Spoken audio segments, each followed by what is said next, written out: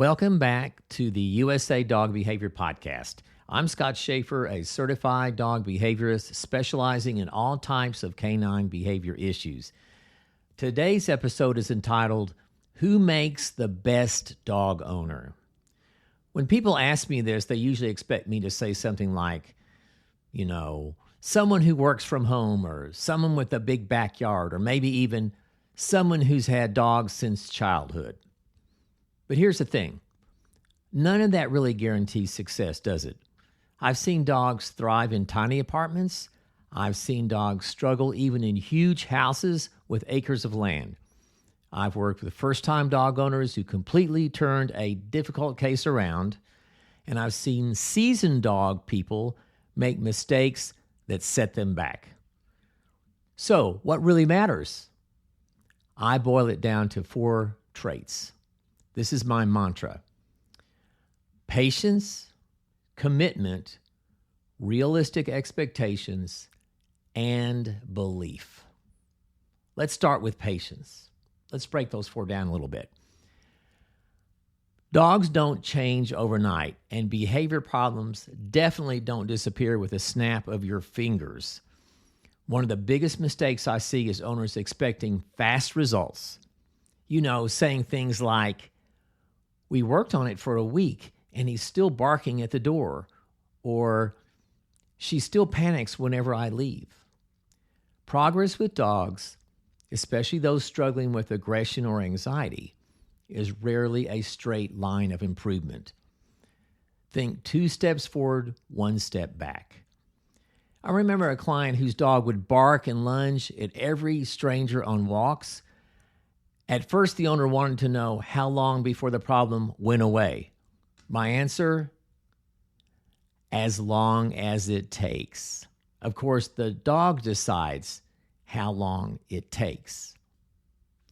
We started small, standing across the street, rewarding calm moments, slowly building up.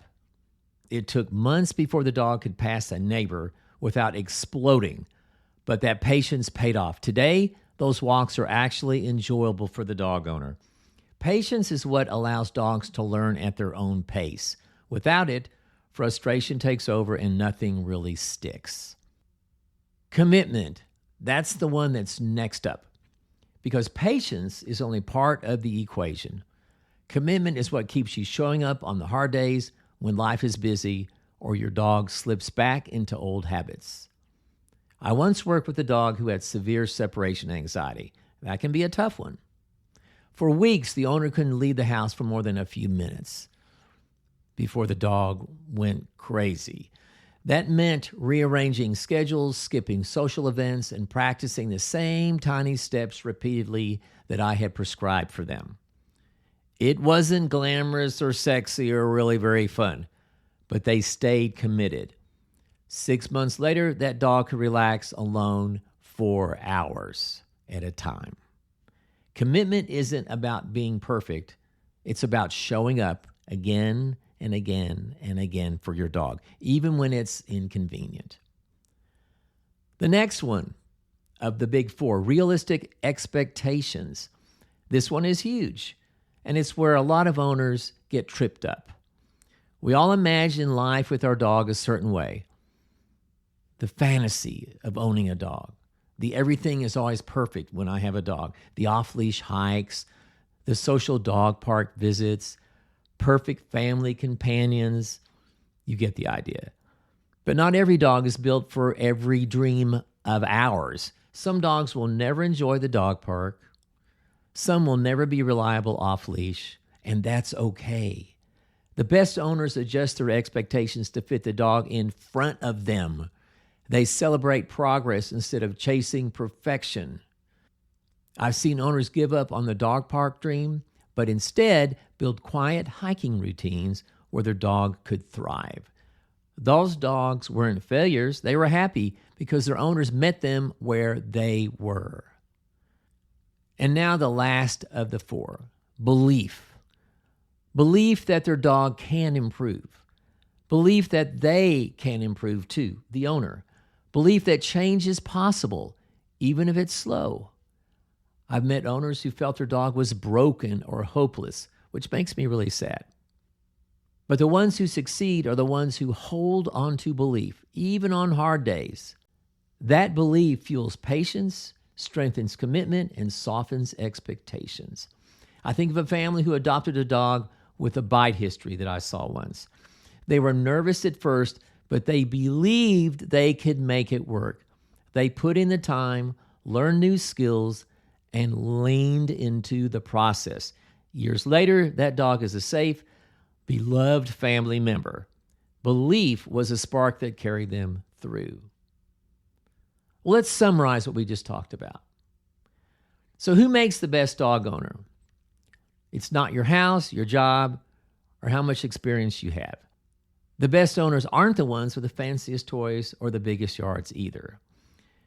They're the ones with patience, commitment, realistic expectations, and belief. Patience gives your dog time to learn at their pace. Commitment keeps you showing up on the tough days for your dog.